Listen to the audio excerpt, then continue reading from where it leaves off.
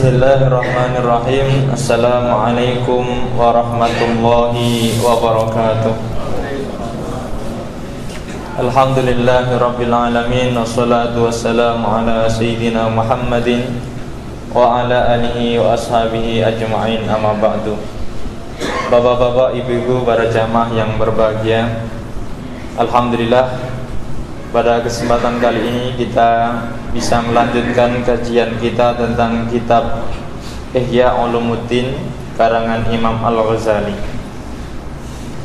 Kemudian allati ya'ti tafsiliha fi maudhi'iha, dan akan dijelaskan di dalam pembagian bab-babnya pada bagian kitab ini nanti. Wabil ilmi wa ta'lim, dan dengan belajar dan mengajar, dengan ilmu dan mengajar. Wa hadhihi al-ulum allati la tastur fi kitab wa la yatahaddas biha man an'ama Allahu alaihi bi syai'in minha ila ma'a ahli. Dan pembahasan-pembahasan seperti ini tidak akan dibahas oleh orang-orang yang diberikan kenikmatan oleh Allah, atau orang-orang yang diberikan pemahaman tentang ilmu-ilmu yang lain, kecuali yang akan dibahas oleh ahli-ahlinya. Jadi maka ilmu seperti ini tidak akan dibahas di dalam misalnya ilmu kedokteran, ini tidak akan dibahas, dan hanya dibahas oleh orang-orang yang ahli di bidangnya. Wa huwa al-musyarik fi ala sabilil mudzakarah wa bidariqil israr, dan itu biasanya mereka dalam keadaan yang tidak terlalu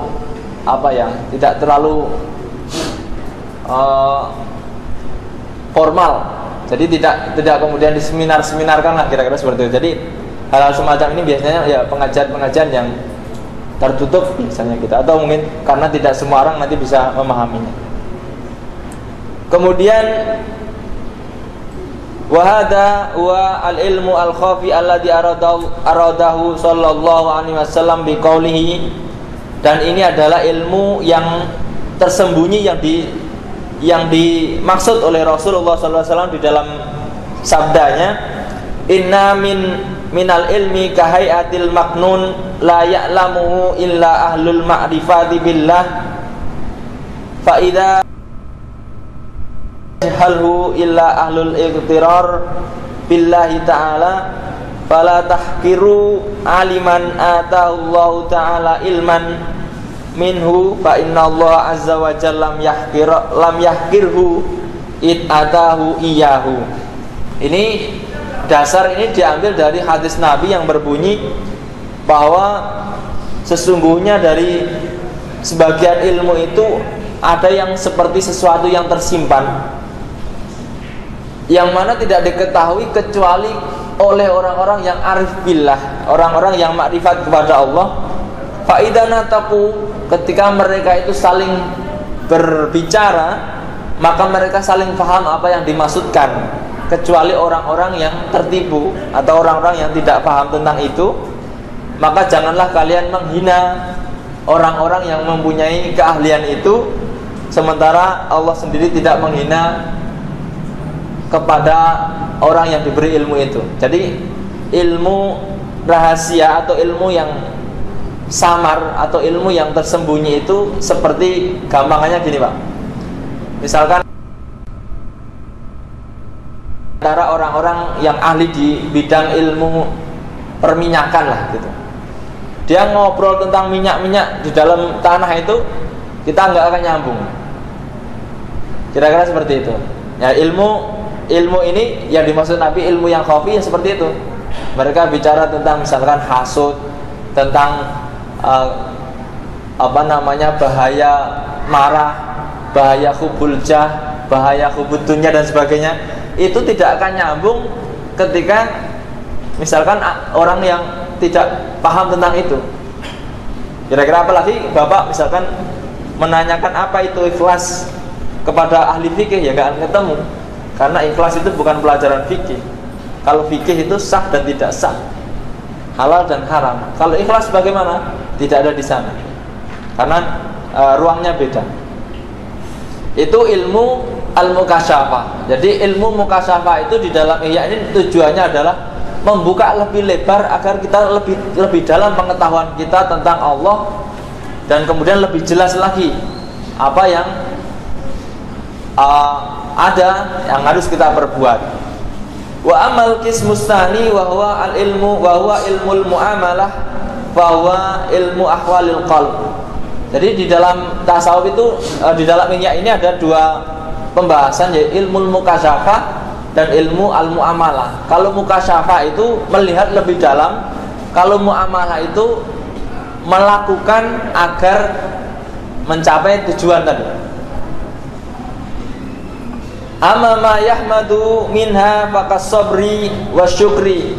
Jadi seperti ilmu muamalah di dalam ihya ini, kalau di dalam fikih muamalah itu ya bisa perdagangan, jual beli, hutang piutang, itu muamalah di dalam fikih. Kalau di dalam tasawuf ilmu muamalah itu sabar, syukur, khauf waraja. Ini tidak akan ketemu Pak kalau Bapak buka kitab fikih.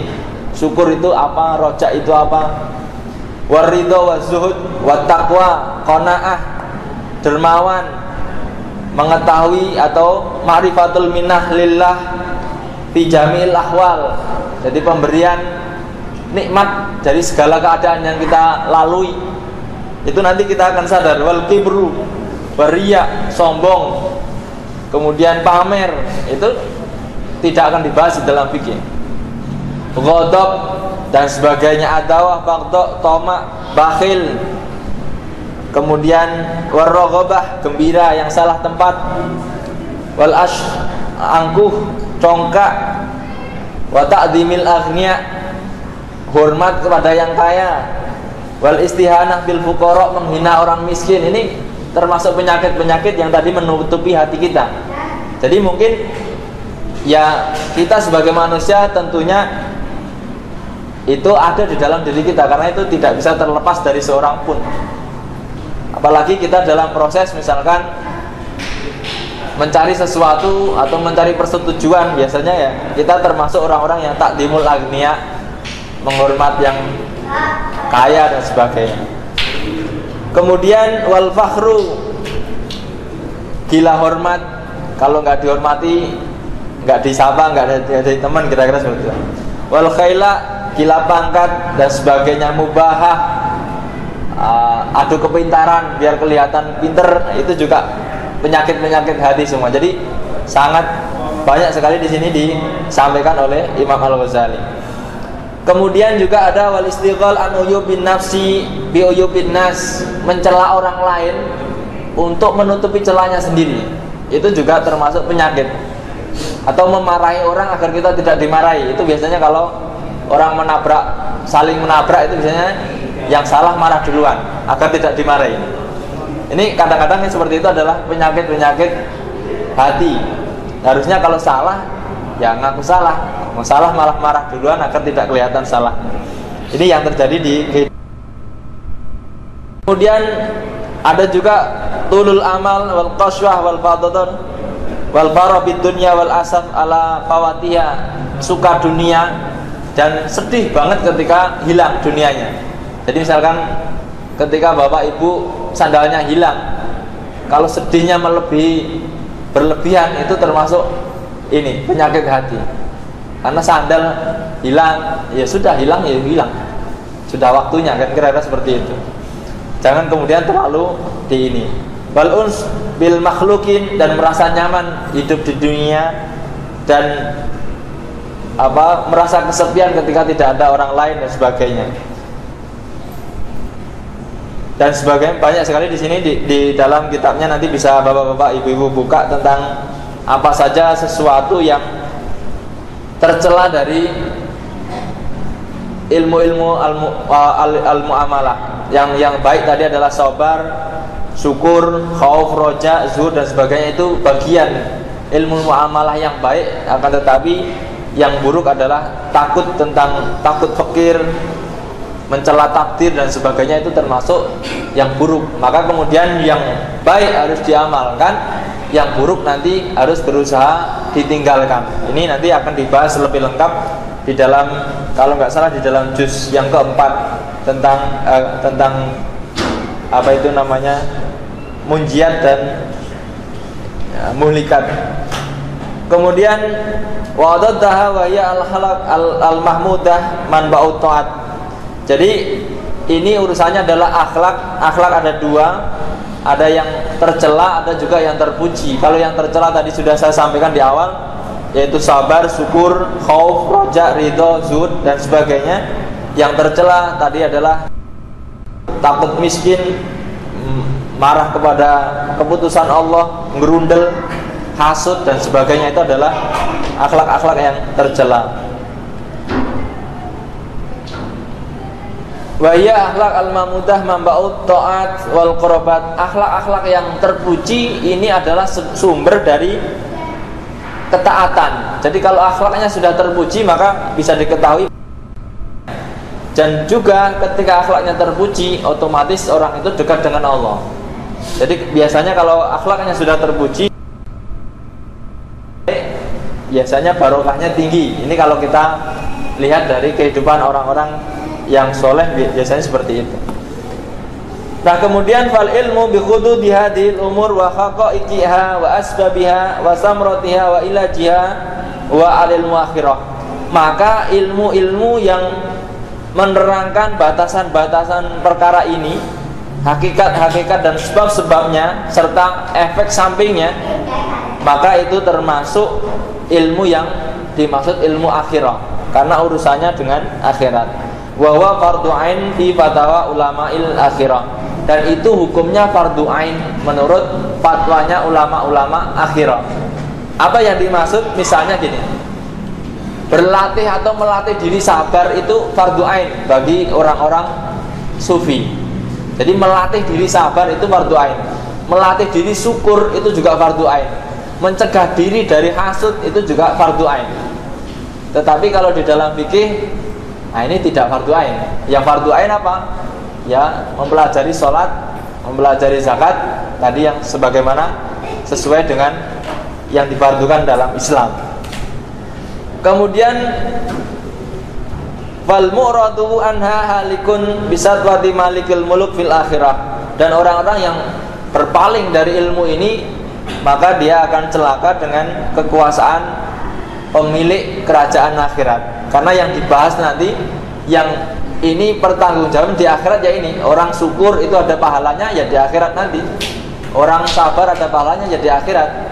Kalau muamalah di dunia, yang dagang ya untung, yang punya hak waris ya dapat waris, kan seperti itu. Itu yang di dunia.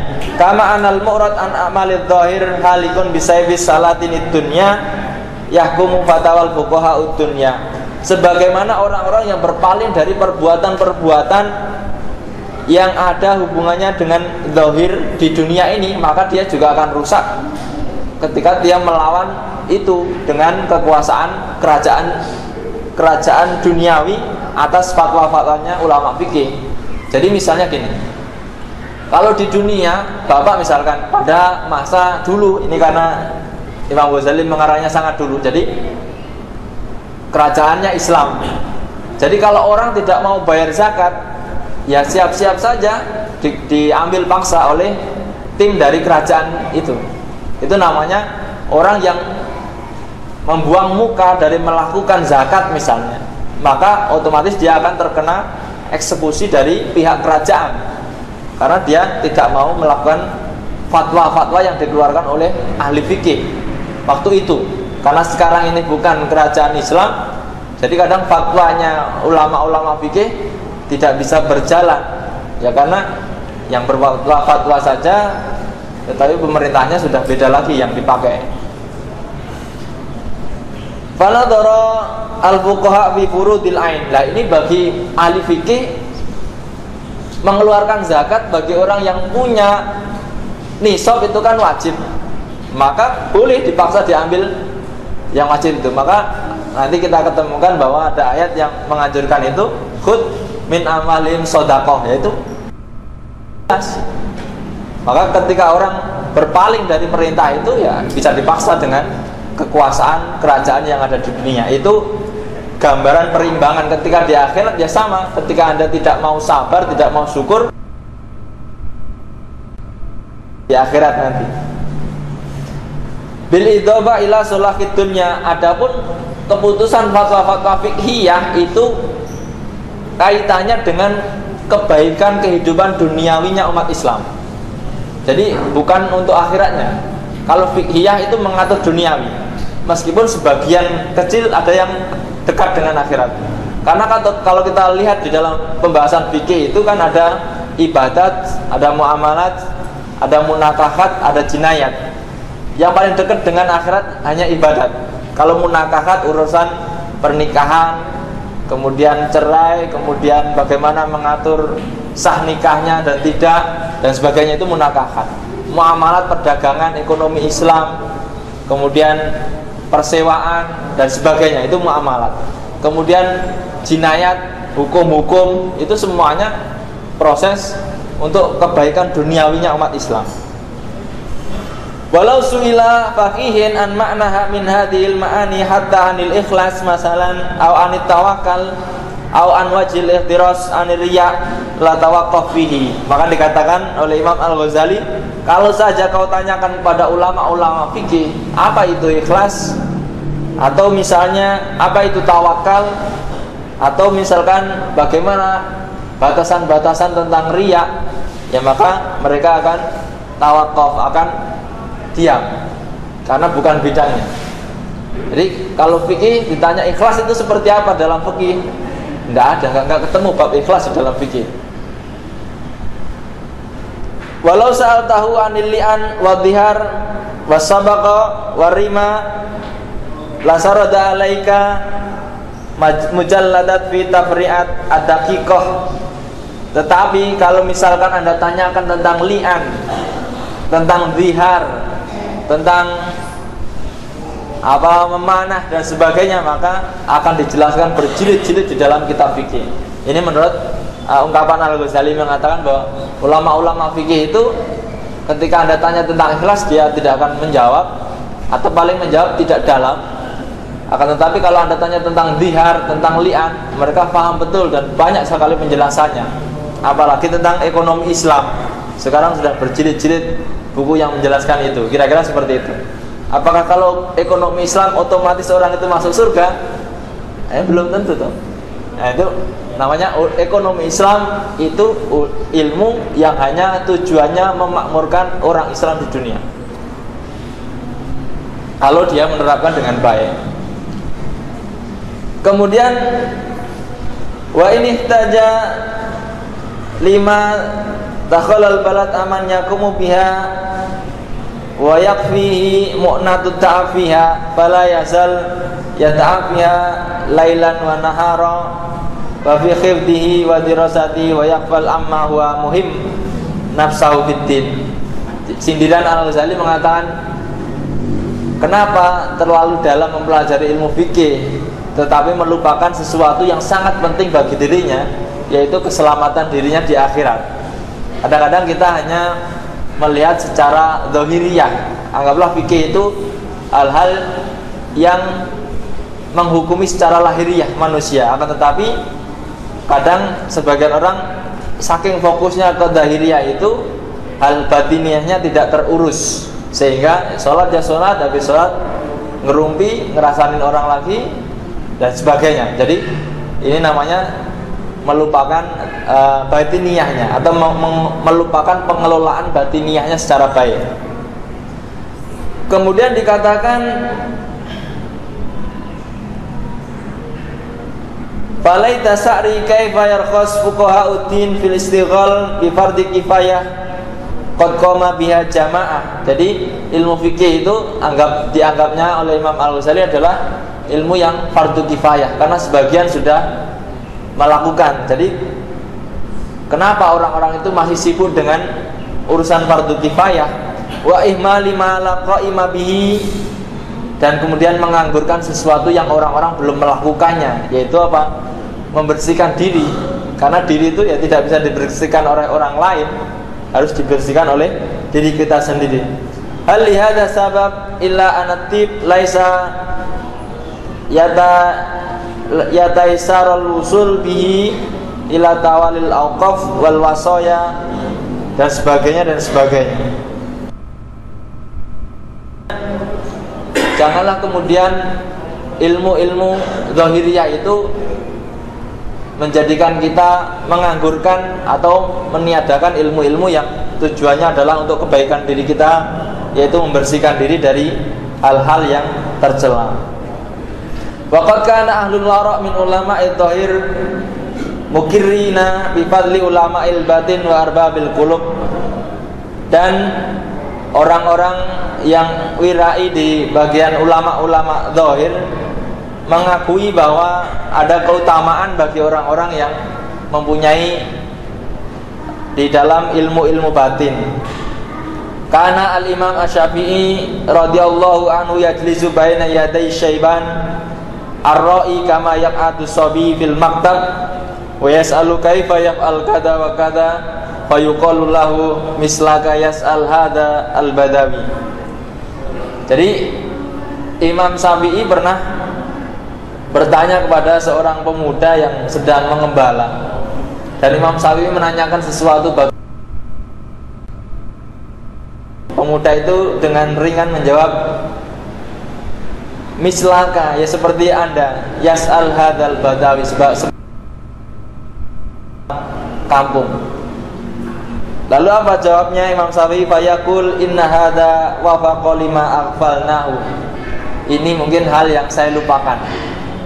Jadi kalau orang sibuk menggeluti keilmuannya, bidang keilmuannya, maka dia akan melupakan bidang keilmuan yang lain.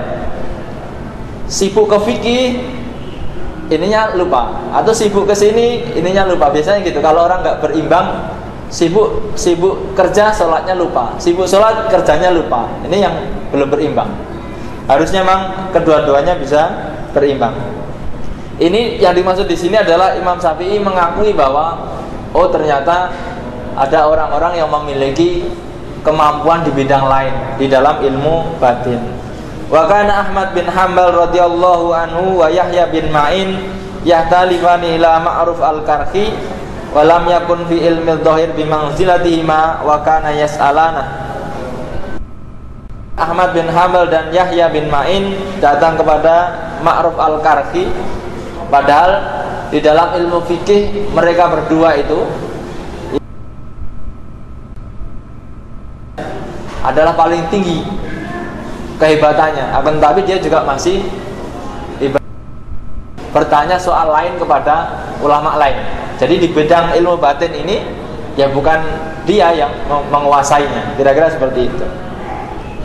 Kemudian wa kaifa wa qad qala Rasulullah sallallahu alaihi wasallam lima qila lahu kaifa naf'al idza ja'ana amrun lam najidu bi kitabin wala sunnatin.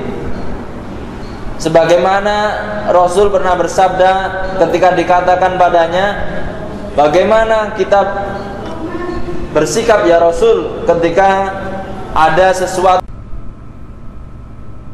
kepada kita atau menanyakan sesuatu kepada kita tetapi tidak ada jawabannya di dalam Al-Quran dan As. Kemudian Rasul menjawab, faqala sallallahu alaihi wasallam salu as-solihin waj'aluhu sura bainahum. Bertanyalah kepada orang-orang yang soleh dan jadikanlah mereka itu syuro atau pemimpin musyawarah di antara kalian. Ini kalau kita cari di dalam ilmu fikih, solihin itu apa? Orang-orang yang soleh itu definisi seperti apa? Karena fikih itu kan kalau sholatnya seperti itu ya sah. Lah ukuran soleh itu bagaimana? Tidak akan ketemu kalau kita cari di dalam fikih. Maka akan ketemu di dalam ilmu-ilmu tasawuf. Soleh itu apa? Ya mungkin dia sudah sabar, dia sudah syukur, dia sudah tidak hasud, tidak ghibah lah, kira-kira lah. Yang sudah seperti itu kira-kira bisa dinamakan soleh. Dan biasanya kalau orang-orang yang soleh itu ketika ada apapun masalahnya, dia punya jawaban. Dari mana? Ya dari Allah. Wong cermin hatinya sudah terang. Jadi kalau ada masalah, ya tinggal nunggu pantulan sinar dari Allah bagaimana jawabannya. Kira-kira seperti itu. Itu dari hadis Nabi yang mengatakan bahwa salu sholihin waj'alu sura bainahum. Ulama udhahir zinatul ardi al-muluk wa ulama ul-batin zinatul sama'i wal malakut. Maka dikatakan bahwa ulama-ulama dohir, ulama-ulama yang menghukumi sesuatu yang dohir atau ulama-ulama fikih adalah perhiasan di bumi dan kerajaan bumi. Akan tetapi ulama-ulama batin adalah perhiasan langit dan malakutis samawat. Wa qala al-Junaid rahimahullah qala li as-sirri syaikhi yauman idza kunta min indi faman tujalis. Ketika kau beranjak dari tempatku ini, kau akan kemana? Mengikuti majlis, kata As-Sirri kepada Junaid.